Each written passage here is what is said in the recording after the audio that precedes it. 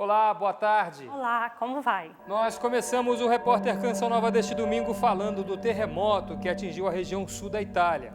O forte tremor foi de magnitude 6,2. O impacto maior foi perto de Perúdia.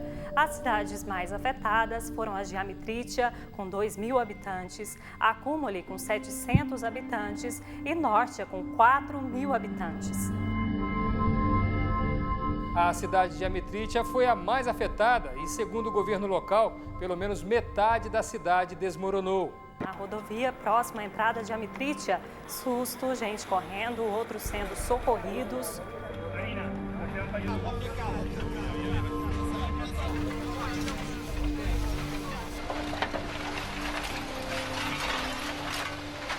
E em seu primeiro pronunciamento à imprensa, ainda na quarta-feira, o primeiro-ministro italiano Matteo Renzi prometeu não deixar ninguém sob os escombros.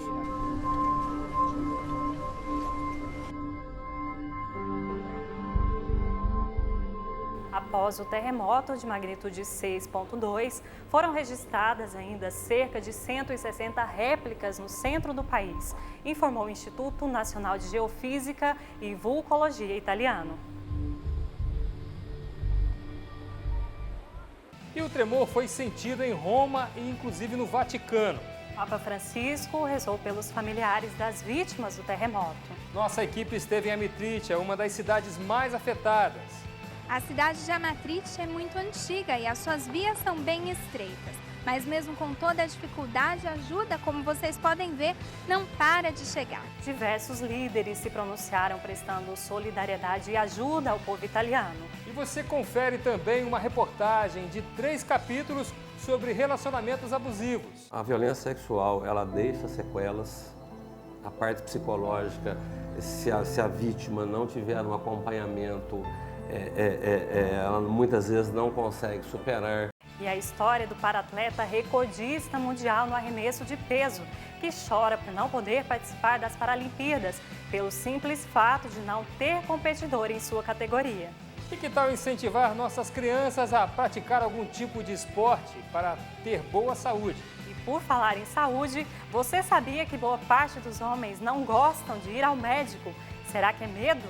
Pesquisa da Universidade de Harvard revela que ir à missa traz benefícios à saúde. E você já ouviu falar sobre o trabalho de voluntariado? Pois é, existem milhares de pessoas que doam seu tempo apenas para fazer o outro feliz. É informação a serviço da vida. É esperança. É Repórter Canção Nova. O terremoto que aconteceu essa semana no sul da Itália mudou a rotina do Vaticano. Na manhã de quarta-feira, após o tremor, Papa Francisco decidiu cancelar a tradicional catequese e convidou os que estavam na Praça São Pedro a rezarem pelas vítimas do desastre. O tremor foi sentido inclusive na capital italiana, mas aqui nada de grave aconteceu. Dinanzi alla notizia del terremoto que ha colpito il centro d'Italia. Diante da notícia do tremor que atingiu o centro da Itália, não posso não exprimir minha grande dor e proximidade às pessoas presentes nos lugares devastados pelos terremotos e todas as pessoas que perderam seus entes e aquelas ainda tomadas pelo medo e pelo terror. E sapere che tra i morti ci sono anche i bambini. O Santo Padre expressou sua sensibilidade ao se recordar que entre os mortos existem também crianças. Vi chiedo di unirvi a me nella preghiera. Que a oração, completou Francisco, seja como o abraço de toda a igreja que deseja estar perto, com seu amor materno. E hoje é quarta-feira, dia da tradicional catequese com o Papa Francisco. Mas ele deixou o texto de lado para rezar o terço com os peregrinos reunidos na Praça de São Pedro pelas vítimas do terremoto. Foi assim realmente emocionante, porque a gente pôde rezar por todas as vítimas, se solidarizar também, né, com o acontecido e ter a força, dar força, né, transmitir uma força para as pessoas mais necessitadas nesse momento, né. Sicuramente emocionante. Digamos que estas coisas nos fazem entender e experimentar diretamente aquela que deve ser a unidade dos cristãos, unidos em um só abraço, fraternalmente e por um único motivo. Fraternamente e per un unico scopo. E nossos correspondentes na Itália estiveram em Amatrice, uma das regiões mais atingidas pelo terremoto. Eles conversaram com moradores e viram de perto a dor do povo italiano. Acabamos de chegar em Amatrice, uma das cidades que mais sofreu com os terremotos. Já podemos ver muitas imagens fortes. Importante que por trás de cada número divulgado existem pessoas e histórias. É isso que queremos mostrar. E olha, não foi fácil abordar essas pessoas para contar um pouco daquilo que viveram desde a madrugada. Aqui, vimos moradores e socorristas profundamente sensibilizados, mas eles nem precisaram falar. Seus olhares já nos dizem tudo. Esta noite, por volta das 3h30, sentimos tremores fortíssimos. Morei até mesmo no Peru, onde tem tantos terremotos, e nunca vi algo tão forte. Com meus amigos, tentei sair. Sobrevivemos e a nossa casa resistiu. A cidade de Amatrice é muito antiga e as suas vias são bem estreitas. Mas mesmo com toda a dificuldade, a ajuda, como vocês podem ver, não para de chegar. Este local é um dos principais acessos da cidade e se tornou um verdadeiro corredor humanitário, por onde tem chegado água, medicamentos e os primeiros socorros. Tudo que a população neste momento mais necessita. E, de fato, não falta gente para ajudar. Moro aqui perto e senti imediatamente o terremoto. Atendo em emergências e fui chamada para prestar socorro, até mesmo porque ajudei 7 anos atrás no terremoto de Áquila. Fabrício sobreviveu ao terremoto e está ajudando distribuindo frango para quem está trabalhando. O pouco que se torna muito. Estamos em frente a mas são tantos os escombros por toda a cidade de Amatrice. Vemos tantos profissionais trabalhando incansavelmente, como médicos, bombeiros, socorristas, porque ainda há chance de que sejam encontrados sobreviventes. Uma vida encontrada é sinal de esperança. Esse comandante nos fala um pouco sobre a operação do exército italiano. Ainda estamos buscando pessoas. Não temos um quadro definido, estamos usando de métodos manuais. A segunda fase se dará com máquinas apropriadas para instalações elétricas, hidráulicas e saneamento provisório. Tudo que é previsto neste triste cenário. Daqui para frente é preciso virar a página, ter a certeza de que mesmo diante das maiores dificuldades, Deus está presente. Aqueles que partiram à certeza do céu, onde não existe dor e nem tristeza. O governo brasileiro emitiu uma nota de pesar e expressou solidariedade aos familiares das vítimas, aos italianos e ao governo da Itália. A Embaixada e o Consulado-Geral em Roma estão monitorando a situação. Até o momento, não há registro de brasileiro entre as vítimas. E ainda falando dessa catástrofe na Itália, diversos líderes se pronunciaram prestando solidariedade, além de oferecerem ajuda. O ministro do Interior da Alemanha, Thomas de Maizière, ofereceu condolências aos italianos. Diz que a notícia do terremoto chocou tanto quanto o número de mortos. Thomas ainda afirmou que a Itália pode contar com a ajuda da Alemanha. Representantes da União Europeia também se solidarizaram com a Itália. O porta-voz Alexander Winterstein disse que os pensamentos de toda a Europa estão também com os socorristas e todos os envolvidos nas operações de resgate. Ele acrescentou que a comissão vai enviar ajuda para os serviços de emergência, como mapas de avaliação de danos e de satélite. A chanceler alemã, Angela Merkel, disse que a Alemanha está pronta para prestar qualquer ajuda necessária. Ela afirmou que o pensamento do povo alemão está com os italianos. A Itália já enfrentou outros terremotos. A tragédia dessa semana que passou fez com que os italianos se recordassem de outro forte terremoto que sacudiu a cidade de Áquila há 7 anos. O som das sirenes ainda está na lembrança de quem viveu aquele 6 de abril de 2009, quando a terra tremeu na cidade medieval de Áquila, região central da Itália. Casas, ruas e vidas reviradas pela visita inesperada de um terremoto de 6,3 graus de magnitude. O tremor da época provocou a morte de quase 300 pessoas. Pelo menos 60 mil moradores ficaram desabrigados. Foi uma das piores tragédias naturais da Itália em quase 30 anos, onde as marcas deixadas no lugar não se apagam facilmente. O tremor daquele dia na região de Abruzzo foi sentido nas primeiras horas da manhã, quando muitos ainda dormiam. Prédios e igrejas centenárias de Áquila se desmoronaram. As equipes de resgate trabalharam vários dias em busca de sobreviventes. E cada um dos mais de 1.000 feridos encontrados com vida entre os escombros era muito festejado. Depois do intervalo, o repórter Canção Nova mostra o início de uma série especial sobre relacionamentos abusivos. É só o tempo de você se ajeitar melhor aí no sofá.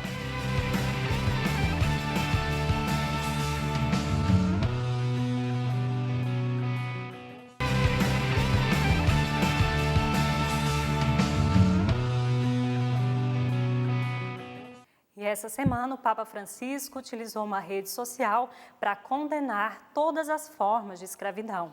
O Santo Padre disse que o tráfico de seres humanos, o tráfico de órgãos, o trabalho forçado e a prostituição são escravidões modernas e crimes contra a humanidade. No Brasil, a cada 11 minutos, uma pessoa é estuprada. Por dia, são relatados 179 casos de agressão. A cada 20 minutos, morre uma pessoa vítima de violência física ou sexual. Mas por quê? Por que isso acontece? Quem comete tamanho desrespeito à vida? Esta é a primeira de 3 reportagens especiais sobre relacionamento abusivo que começa hoje.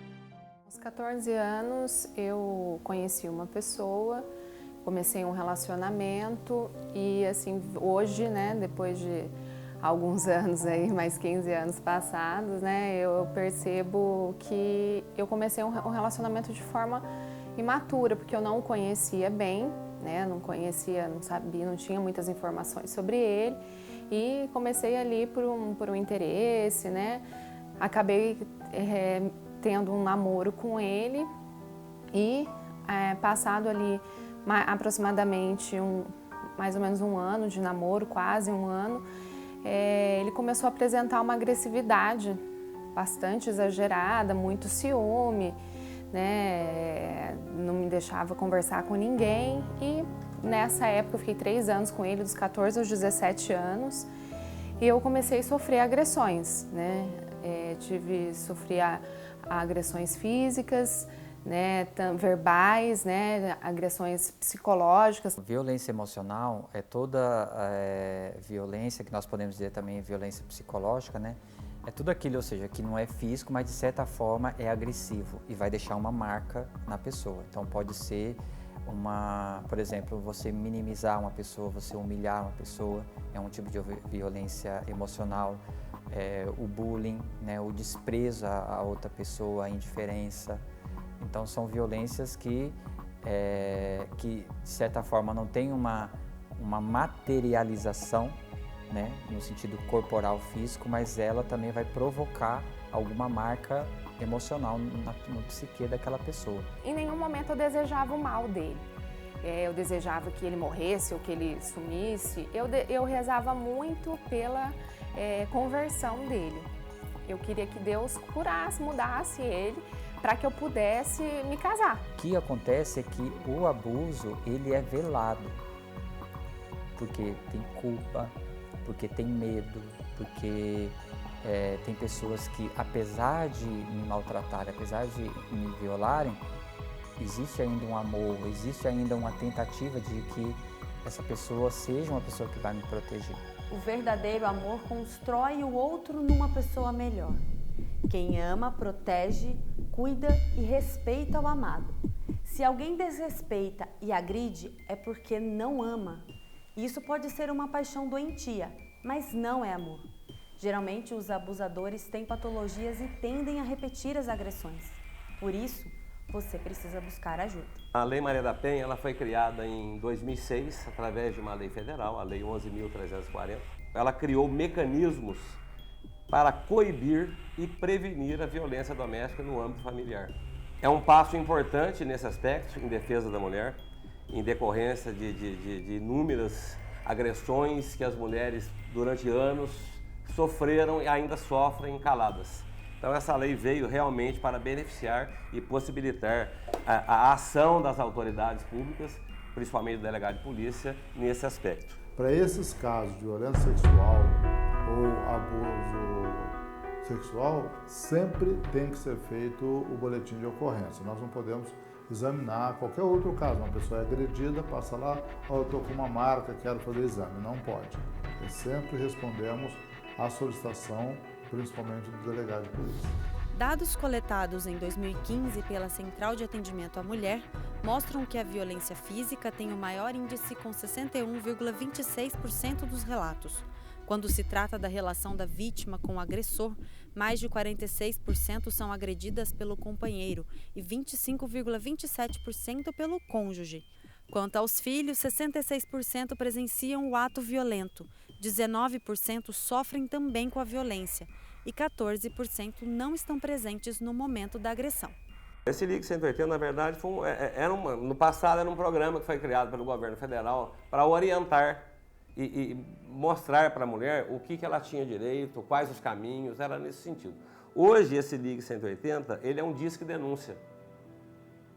E assim que a pessoa liga, quem recebe a denúncia formaliza, materializa e encaminha para a Secretaria de Segurança Pública de todos os estados do país. Disque 180 para denunciar qualquer tipo de violência, verbal, física, doméstica ou sexual. Tenha coragem de denunciar. E para ajudar as vítimas de violência sexual, há 10 anos entrou em vigor no Brasil a Lei Maria da Penha. Reconhecida pelas Nações Unidas, ela é tida como uma das 3 melhores legislações do mundo de proteção à mulher. Depois dos 4 meses que a gente estava junto, aí ele já me demonstrou que ele era muito agressivo, não queria que eu trabalhasse e começou a andar atrás de mim, me perseguindo muito. Eu peguei e decidi terminar o relacionamento, mas ele não aceitou. Aí ele já não quis mais e daí pra frente eu não tive mais paz. Ele me humilhava muito, ele não me deixava sair, não me deixava trabalhar, não tinha mais vida social com as pessoas. Para amparar e proteger mulheres em situações como essas, no dia 7 de agosto de 2006, entrou em vigor a Lei 11.340, mais conhecida como Lei Maria da Penha. O nome é uma homenagem à mulher que quase foi morta pelo marido e desde então se dedica ao combate à violência contra as mulheres. Às vésperas de completar 10 anos, há muito que se refletir sobre essa legislação. Vários dos equipamentos previstos na lei não foram implementados. Aí você dá uma pseudo-segurança para as mulheres, porque você diz, recorra à lei, denuncie. A mulher denuncia e depois ela não vai ter o respaldo necessário do poder público para isso. Crimes de violência doméstica no Brasil não são casos isolados. Segundo o balanço da Central de Atendimento à Mulher, Ligue 180, mais de 10% dos atendimentos realizados em 2015 foram de violência contra a mulher, um total de mais de 76 mil relatos. Muitas pessoas conhecem a Lei Maria da Penha apenas pelos casos de agressão física, mas ela vai além. A lei também ampara mulheres em situação de violência sexual, patrimonial e psicológica. Não precisa esperar a agressão física para procurar, para pedir providência, para procurar a polícia, não. O próprio xingamento, ameaça, injúria também configuram crimes passíveis aí da previsão da Lei Maria da Penha. Um filme baseado em estatísticas alarmantes sobre a violência contra a mulher chega aos cinemas de todo o Brasil essa semana. O longa Vidas Partidas conta a história do casal Graça e Raul e mostra como o ciúme do marido, com o tempo, se torna agressões físicas e psicológicas à esposa. Na trama, Graça é uma cientista renomada. Assim, o filme desconstrói a ideia de que a violência doméstica só acontece entre mulheres dependentes financeiramente do agressor. Não só em relação ao casal, mas também em relação aos filhos, em relação a toda a família. Isso impede a vítima de pedir o afastamento, de procurar pedir providência na delegacia. Muitas vezes ela se pega nessa decisão, sair ou denunciar, o que pode acontecer. Eu falo assim, que denuncie sim, porque a partir do momento que você chega na delegacia, de lá eles vão te encaminhar para um abrigo onde as pessoas vão te acolher, vão te ajudar. Eu não tenho medo, ter coragem de seguir em frente. E ainda falando de violência, há 2 anos, 276 adolescentes foram sequestradas no vilarejo de Chibok, na Nigéria. O sequestro foi realizado pelo grupo jihadista islâmico Boko Haram. Nesta semana, as mães dessas crianças foram às ruas protestar pedindo ao governo que faça alguma coisa por suas filhas.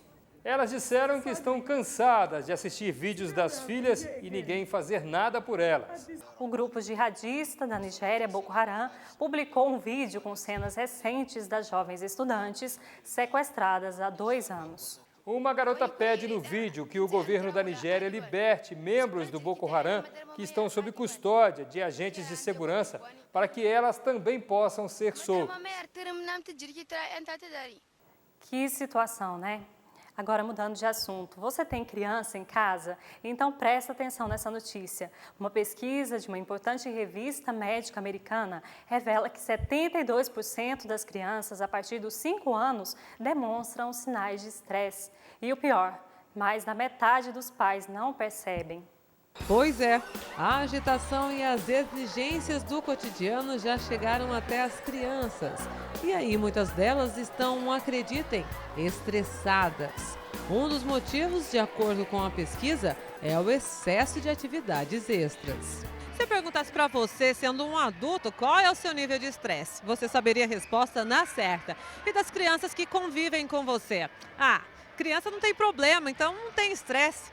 Se engana quem acha isso, principalmente quem acha que o ambiente escolar é o lugar mais estressante para elas. De acordo com a pesquisa, o ambiente estressante começa em casa.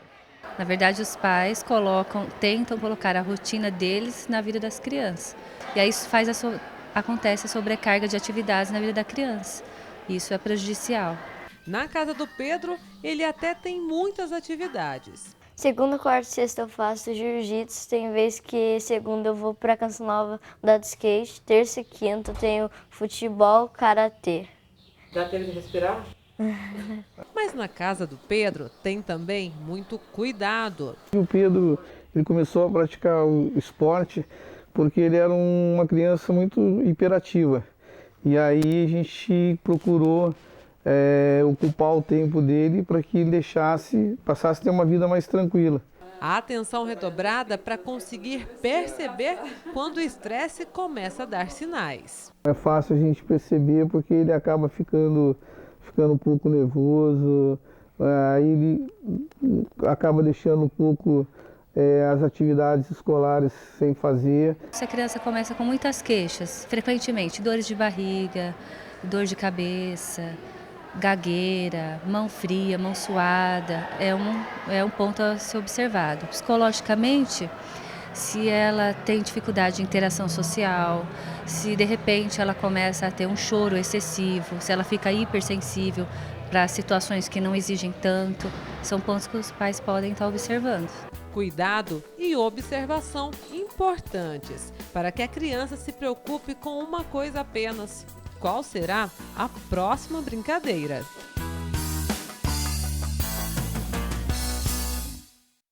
E para aliviar a tensão dos pequenos, que tal praticar algum tipo de esporte?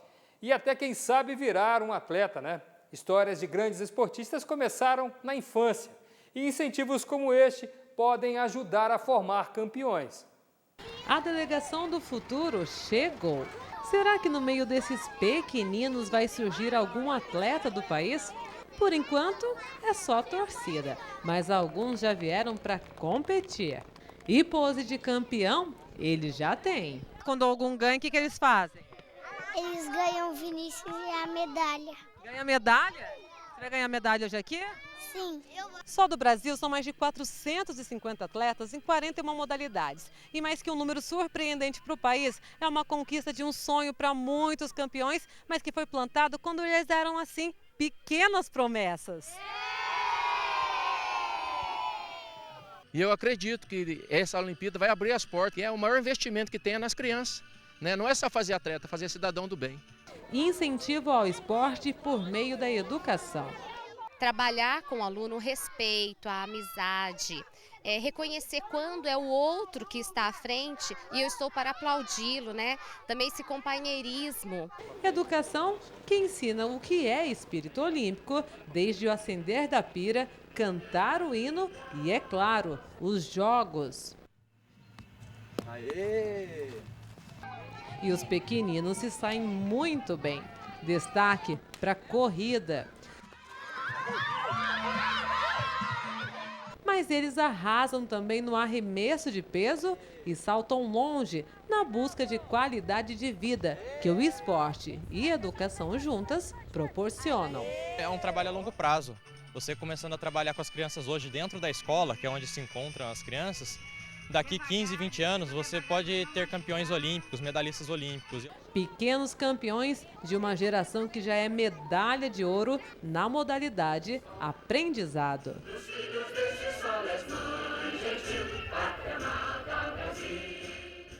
As Paralimpíadas estão chegando. A expectativa do Comitê Paralímpico Brasileiro é de que o nosso país fique em 5º lugar no quadro de medalhas. Mas nossa equipe mostra a história de um paratleta do interior paulista que é o número 1 no ranking mundial de arremesso de peso. Ele não vai participar dos Jogos no Rio, mas já sonha com Tóquio em 2020. Incorporando minha Polícia Militar do Estado de São Paulo, prometo dedicar-me integralmente ao serviço da pátria, cuja honra, integridade e instituições defenderei com o sacrifício da própria vida. Sempre tive uma atração mesmo por viatura, prestei o concurso, logo de cara eu já passei no meu primeiro concurso. Durante uma perseguição, o policial caiu de um muro, lesionando a coluna e perdendo os movimentos da cintura para baixo. A aceitação não foi fácil, mas foi aqui, na pista de atletismo, mais especificamente na área de arremesso de peso, que André descobriu que poderia vencer a depressão e se tornar um paratleta profissional. E logo nesse primeiro campeonato já teve a quebra do recorde já da competição, né? Ali eu tive a certeza de que eu já sabia o que eu queria, eu já tinha voltado para a vida. André diz que foi escolhido pelo arremesso de peso. É tanto reconhecimento nos últimos 3 anos que quase não cabe numa mão. E olha que as mais especiais estão num outro lugar da casa. Antes era com policial, agora é com campeão. É dividir com o mundo. André começou na categoria F55, que são cadeirantes com deficiência menor que a dele. Uma nova avaliação mostrou que ele pertencia à classe F54, ou seja, aqueles que têm mais partes do corpo afetadas. Aí os resultados que eram bons na 55 ficaram mais do que excelentes para 54. Nessa categoria, o paratleta tem os recordes brasileiro, das Américas e o Mundial, conquistado no fim de junho com a marca de 10 metros e 42 centímetros. Foi na 6ª tentativa, né? Foi no último arremesso, ele fez o 10,42, mas a gente já vinha lá na Alemanha de bons treinos, todos acima de 10,30, 10,35. Foi assim uma explosão minha e dele de dever cumprido, de alegria, de satisfação pessoal. Apesar dos títulos, André fala das Paralimpíadas com lágrimas nos olhos. Até o último momento ele lutou, mas não vai participar no Rio porque não terá disputa na sua categoria. Agora focando muito Tóquio 2020, focando o Parapan 2019. Agora, meus maiores objetivos realmente são esses 2 campeonatos. Voltando aos treinamentos, a gente já está focando em julho do ano que vem em Londres, tem o Campeonato Mundial da modalidade. Com mais 4 anos pela frente, mestre e aprendiz já pensam no novo recorde mundial. 100% das condições físicas dele, ele consegue arremessar 11 metros. A gente já fez até resultados melhores que o 10,42. Em treino a gente fez 10,55 já. Que venham mais conquistas para alegar quem já convive com o campeão em casa. Meu amigo, o pai dos meus filhos, o policial que protege. André trocou a arma na mão por um peso que o arremessa para longe, porque um filho que jurou defender sua pátria não foge à luta. O policial militar Antunes e o paratleta André Rocha, sempre com o mesmo juramento de defender a sociedade. E hoje no esporte também defendendo o Brasil, as cores da nossa nação.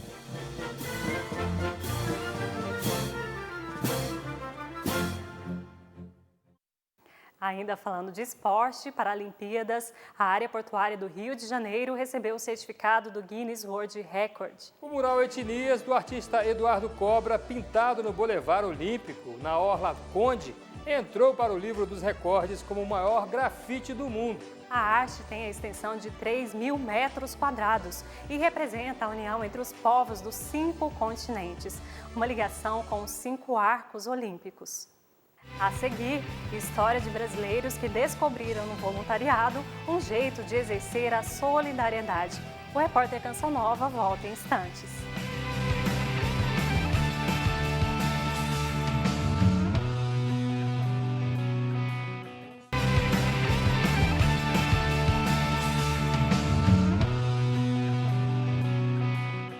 E vamos falar agora de saúde. Você sabia que boa parte dos homens tem o hábito de adiar as consultas médicas?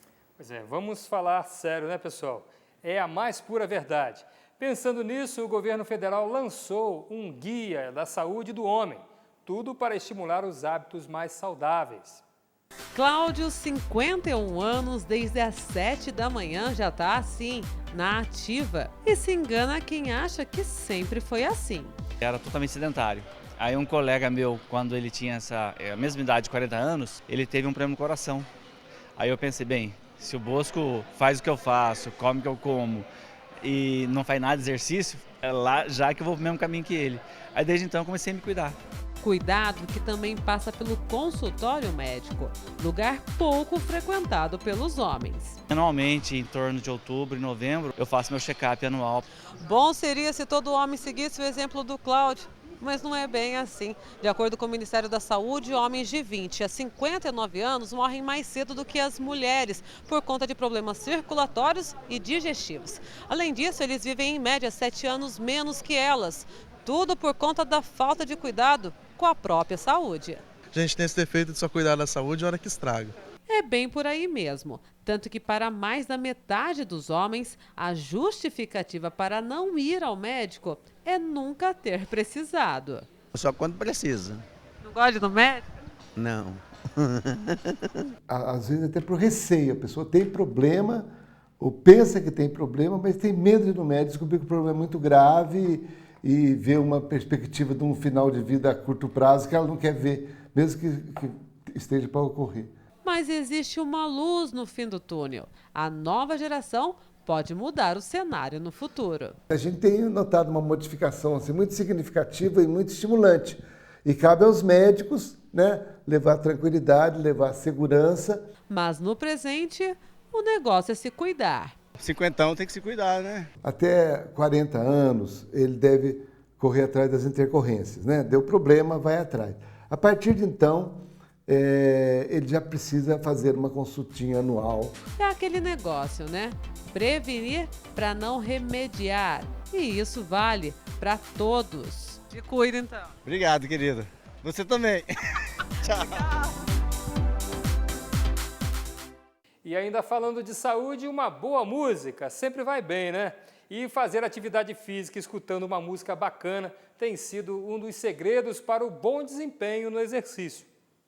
Topa uma corridinha de leve para despertar? Ou umas pedaladas só para aquecer?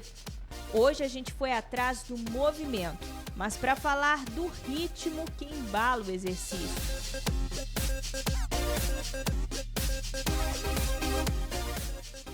Na academia não dá para imaginar atividade física sem música. As batidas são motivação. Junto à série específica de cada aula, se torna um casamento perfeito. Ele potencializa essa energia que temos dentro. Então, sem música é impossível.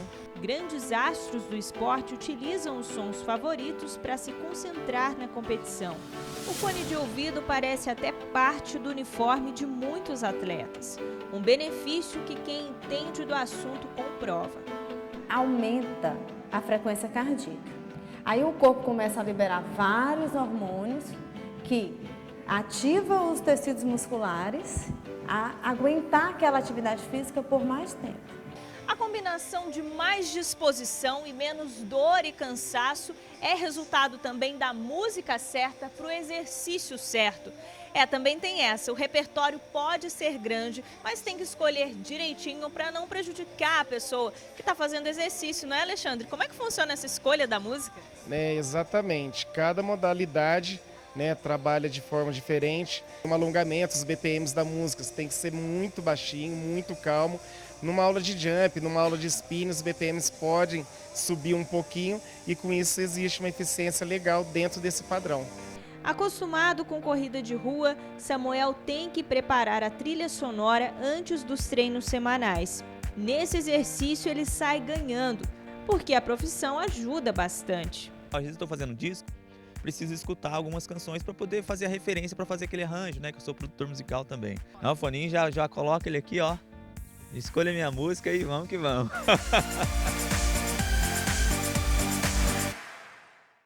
Olha, muitos católicos já descobriram, e não é de hoje, que participar da Santa Missa traz muitos benefícios espirituais. É isso mesmo, Thaís. Mas a boa notícia agora é que uma pesquisa da Universidade de Harvard, nos Estados Unidos, revela que a missa também traz benefícios à saúde. Quantas coisas você planeja começar em uma segunda-feira? Pois é, mas para o cristão, a semana já começa no domingo. É a missa de domingo que dá rumo à minha semana. Então é importantíssimo a gente poder participar da Santa Missa Dominical e poder sair com aquela mensagem, com aquela palavra, com aquela força de Deus, tendo encontrado Nosso Senhor e poder viver bem essa semana. Isso é o que muita gente já entendeu, ou melhor, vivencia, seja diariamente ou aos domingos. Eu sinto essa necessidade, sabe, de ter Deus sempre comigo em tudo que faço. Eu tento me concentrar o máximo possível, tento abrir meu coração para estar mais unido a Cristo. A missa para muitos é um único momento de parada, reflexão e de criar intimidade consigo e ter uma conversa com Deus. E essa relação faz toda a diferença nas relações com os outros e com os acontecimentos do dia a dia. Sentir a presença de Deus na nossa vida faz diferença em todos os relacionamentos que a gente mantém, assim, trabalho, estudo, amigos, tudo. É fundamental, é a hora que eu paro para agradecer por tudo que aconteceu, pela minha vida, pela minha saúde, pelos meus amigos. Comportamento que a psicologia acredita ser importante para todos. A gente percebe sim, por exemplo, uma pessoa mais resiliente, uma pessoa que tem mais suporte frente às adversidades da vida, frente a uma doença, né? Quando a gente pensa numa doença terminal e o quanto a espiritualidade, quando vivida positivamente, ela pode ajudar essa pessoa na superação. Espiritualidade vivida na prática da oração, que faz bem sim à alma, mas que também contribui para a saúde do corpo e da mente. Ao participar da Santa Missa, ao cuidar de viver o primeiro mandamento, que é amar a Deus sobre todas as coisas, consequentemente, cuido de mim, cuido do próximo, cuido do meio em que eu vivo. Você já fez ou faz algum trabalho voluntário? É esse trabalho que você faz sem esperar nada em troca. Pois é, existem milhares de pessoas que doam tempo e amor para transformar realidades com pequenos gestos. E no Dia dos Voluntários, a homenagem do repórter Canção Nova é em forma de reportagem.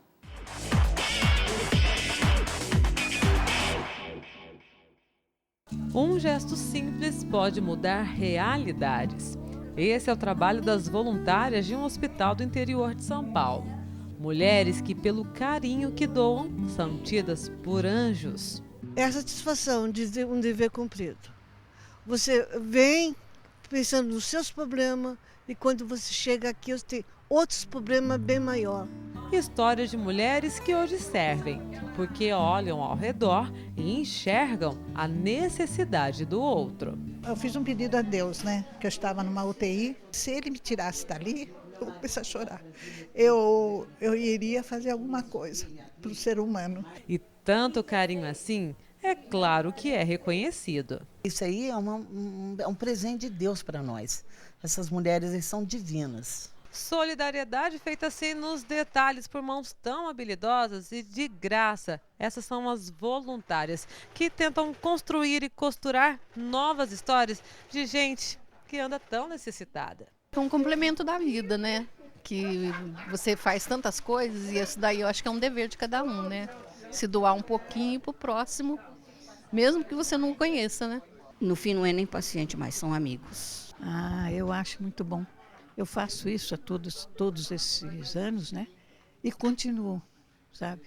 E pretendo ainda fazer apesar da minha idade. Multiplicação de amizades, de doação, de vida, que é contada nos detalhes do que é feito com amor, sem nem mesmo conhecer o destinatário. Que a gente nem conhece, né? E existem pessoas boas no mundo ainda, né? O mundo do jeito que está hoje em dia, tudo de ruim acontecendo, né? E saber que ainda existem pessoas boas, as coisas boas é maravilhoso. Voluntários que em um toque, numa palavra, em um simples gesto, mudam o dia e a história de muita gente. Muita diferença, assim. O carinho, o amor que elas passam é muito gratificante. Pequenas ações feitas por mãos, mas também pela alegria de quem assumiu a missão mais especial do mundo, o outro. Tenta minimizar o sofrimento de algumas pessoas. É isso que nós estamos aqui. Tudo a gente não pode fazer, mas o pouco que a gente pode fazer, a gente faz de coração. O gostoso é estar aqui, é poder você ir para casa, estar bem. Você fez a tua parte do dia e Deus recompensa.